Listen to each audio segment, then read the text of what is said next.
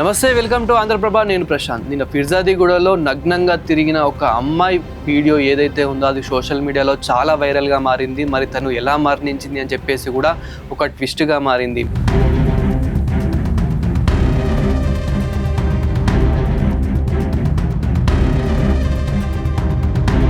మరి ఏం జరిగిందొచ్చు, అసలు ఎలా జరిగి ఉండొచ్చు అనేది ఒక్కసారి మనం పిన్ టు పిన్ చూసుకుంటే కనుక ఆ అమ్మాయి అసలు ఎవరు, అమ్మాయి వైజాగ్కి చెందిన అమ్మాయి అని చెప్పేసి తెలుస్తూ ఉంది. అయితే తను బెంగళూరులో మంచి సాఫ్ట్వేర్ ఉద్యోగిగా పనిచేస్తూ ఉంటుందని చెప్పేసి కూడా తెలిసింది. కానీ 6 నెలల క్రితం తను జాబ్లో నుంచి కూడా మానేసింది, ఒక ఒత్తిడి వల్ల మానేసింది అని చెప్పేసి కూడా వాళ్ళ తల్లిదండ్రులు చెప్తున్న పరిస్థితి కనిపిస్తుంది. అదేవిధంగా వాళ్ళ బంధుమిత్రులు అయితే చెప్తున్న పరిస్థితి కనిపిస్తూ ఉంది. అయితే ఇక తను జాబ్ మానేసిన తర్వాత వైజాగ్కి రావడం జరిగింది. ఇంకా నేను జాబ్ చేయలేను, నా వల్ల కాదు, నేను ఇక్కడే ఉంటానని చెప్పేసి వాళ్ళ తల్లిదండ్రులతో బాగున్న సమయం కూడా కనిపిస్తూ ఉంది. కానీ తర్వాత గత కొన్ని రోజుల క్రితం, అంటే దాదాపు 2 నెలల క్రితం వాళ్ళు హైదరాబాద్కి రావడం జరిగింది. తండ్రిని అక్కడే వైజాగ్లో ఉంచి మేము ఇంకా హైదరాబాద్లో ఏదైనా పని చేసుకుంటాము, హైదరాబాద్కి వెళ్తామని చెప్పేసి తల్లి కూతుర్లు ఇద్దరు ఒక రూమ్ని అయితే వెతుక్కోవడం జరిగింది. కానీ ఈ రూమ్కి మెయిన్ రెంట్ ఎంత అని ఒక్కసారి చూస్తే కనుక, ముఖ్యంగా ఫిర్జాదిగూడలో నాకు రెంట్లు చాలా బాగా తెలుసు. ఏంటంటే ఒక చిన్న రూమ్ ఏదైతే ఉంటుందో ఆ రూమ్కి దాదాపు ఒక నెలకి 3,000 ఉంటుంది.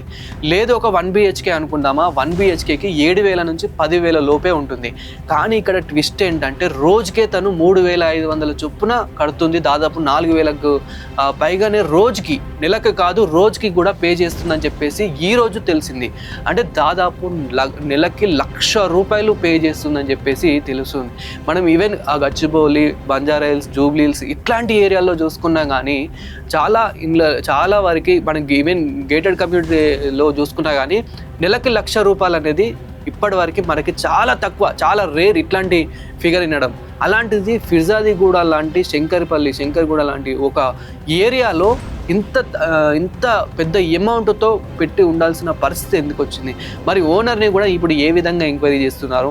ఇప్పుడు ఓనర్ని కూడా అదుపులోకి తీసుకున్న పరిస్థితి అయితే కనిపిస్తూ ఉంది. ఎందుకని ఓనర్ 1,00,000 రూపాయలు పే చేయించుకుంటున్నాడు? నెలకి 3,500 కట్టాల్సిన పరిస్థితి వీళ్ళకి ఎందుకు వచ్చింది? అయినా ఇంత డబ్బు వీళ్ళకు ఎక్కడి నుండి వచ్చింది అనే కోణంలో కూడా ఇప్పుడు వాళ్ళ తల్లి ఎవరైతే ఉన్నారో వాళ్ళ మదర్ని అయితే అదుపులోకి తీసుకొని తనని కూడా విచారిస్తున్న పరిస్థితి కనిపిస్తూ ఉంది. అయితే ఇక తీరా చూస్తే మరి ఏం జరిగింది అనేది ఒక్కసారి చూస్తే కనుక, తను నిన్న ఏదైతే ఒక రాత్రి ఉంటుందో ఆ రాత్రి సమయంలో తను లేవడం జరిగింది. ఇంకా వాళ్ళ డోర్ ఏదైతే ఉంటుందో ఆ డోర్కి లాక్ వేసుకుంది. అంటే వాళ్ళ అమ్మని అదే ఇంట్లో ఇంచేసి ఆ డోర్కి లాక్ వేసుకొని తను బయటకు రావడం జరిగింది. అందులో వాళ్ళు ఏదైతే వాళ్ళ అపార్ట్మెంట్ ఉంటుందో ఆ అపార్ట్మెంట్లో నుంచి తను వాళ్ళు సెకండ్ ఫ్లోర్లో ఉండేవారు. సెకండ్ ఫ్లోర్ నుంచి తను ఫస్ట్ ఫ్లోర్కి వచ్చి అక్కడ చాలా అరిచిందంట, నన్ను హెల్ప్ మీ నన్ను కాపాడండి అని చెప్పేసి అరిచిందంట. అప్పుడు చాలామంది నిద్రపోతున్న సమయం, ఇంకా అక్కడ ఎవరు కూడా ఇవ్వలేదు. ఇంకా గ్రౌండ్ ఫ్లోర్కి రావడం జరిగింది. గ్రౌండ్ ఫ్లోర్లో అక్కడ బ్యాచిలర్స్ ఉంటారని చెప్పేసి తెలిసింది. ఆ బ్యాచిలర్స్లో కూడా ఒక వ్యక్తి కూడా చూస్తాడని చెప్పేసి కూడా తెలిసింది. అంటే 6 అరుపులకి ఆ వ్యక్తి రావడం జరిగింది. బయటకు వచ్చిన తర్వాత తనని నగ్నంగా చూసి తను భయపడిపోయి ఇంకా ఇక్కడ ఏదో జరుగుతుందని చెప్పేసి తను ఒక ధైర్యం చేయలేక తను కూడా, అంటే అలాంటి సమయంలో ఎవరు చూసినా కానీ ఏదో ఒక రకంగా భయం అయితే అవుతుంటుంది. ఏదేమైనప్పటికీ చాలా భయం అవుతుంది. సో ఆ భయంలో తను కూడా లోపలికి వెళ్ళేసి డోర్ పెట్టేసుకొని నిండా కప్పేసుకొని ఇంకా ఆ భయంలో తను కూడా నిద్రపోవడం జరిగింది.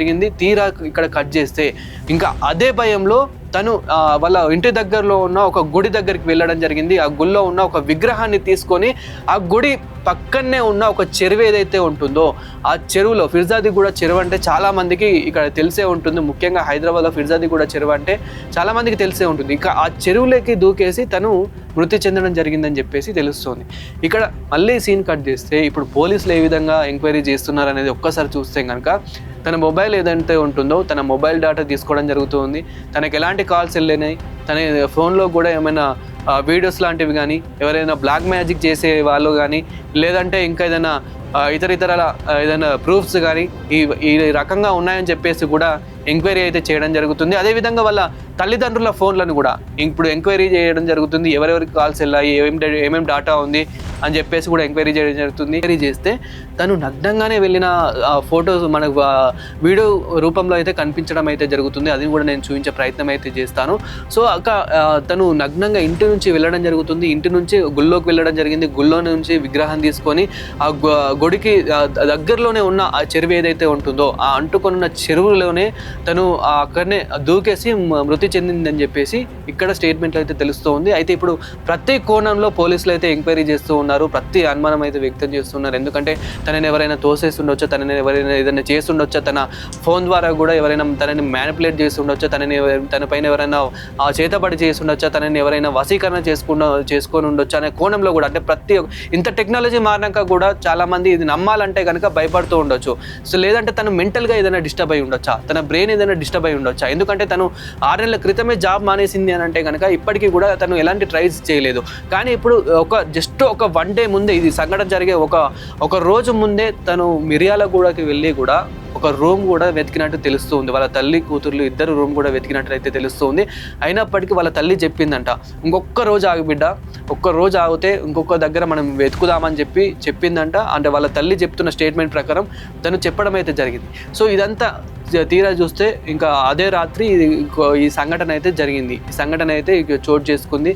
మొత్తానికైతే తీరా చూస్తే మరి తన ఫోన్ అయితే అదుపులోకి అయితే తీసుకోవడం జరిగింది. వాళ్ళ తల్లిదండ్రుల ఫోన్స్ని కూడా ఎంక్వైరీ చేయడం జరుగుతుంది. తనని ఎవరైనా మెంటల్గా డిస్టర్బ్ చేస్తూ ఉన్నారా, ఎవరైనా ఇలా బ్లాక్మెయిల్ చేస్తూ ఉన్నారా, ఏమైనా చేసి ఉండొచ్చా, లేదంటే నువ్వు ఇలా చేయమని ఏదైనా ఎవరైనా చెప్పు ఉండొచ్చా. ఎందుకంటే కొందరు మెంటల్గా డిస్టర్బ్ ఏది చెప్పినా కానీ చేస్తావు, నువ్వు గుళ్ళోకి వెళ్ళి ఇది చెయ్యు, లేదంటే ఒక నిమ్మకాయ కొయ్యండి, లేదంటే ఇట్లా ఒక ఊర్లో ఇలా పెట్టిరాండి, ఏదైనా అన్నం పెట్టిరాండి అని చెప్పేసి ఇలాంటివి కొన్ని సిల్లీ థింగ్స్ చెప్తూ ఉంటారు. సో ఇలా ఎవరైనా చెప్పు ఉండొచ్చా అనే కోణంలో కూడా ప్రతి ఒక్కటి అయితే ఎంక్వైరీ చేస్తూ ఉన్నారు. మొత్తానికైతే వాళ్ళ ఫోన్ డాటా ద్వారా కూడా ఏమైనా నిజాలు అనేది బయటపడే అవకాశాలు ఉన్నాయి కాబట్టి సో ఇప్పుడు వాళ్ళ ఫోన్ డాటా ద్వారా కూడా ఎంక్వైరీ అయితే చేస్తూ ఉన్నారు. అదేవిధంగా పోస్ట్మార్టం రిపోర్ట్స్ కూడా ఇప్పుడు రానున్నాయి. పోస్ట్మార్టం రిపోర్ట్లో కూడా మరి ఏం జరిగింది, ఎలా జరిగింది, నిజంగానే తనకు తానే మృతి చెందిందా, లేదంటే ఎవరైనా ఏదైనా చేసి ఉండొచ్చు అనే కోణంలో కూడా మొత్తానికి అయితే పూర్తిగా ఎలాంటి సమయంలో జరిగింది, పిన్ టు పిన్ అయితే పూర్తిగా ఈ 2-3 రోజులు అయితే తెలియనున్నాయని చెప్పేసి కూడా పోలీసులు చెప్తున్న పరిస్థితి కనిపిస్తూ ఉంది.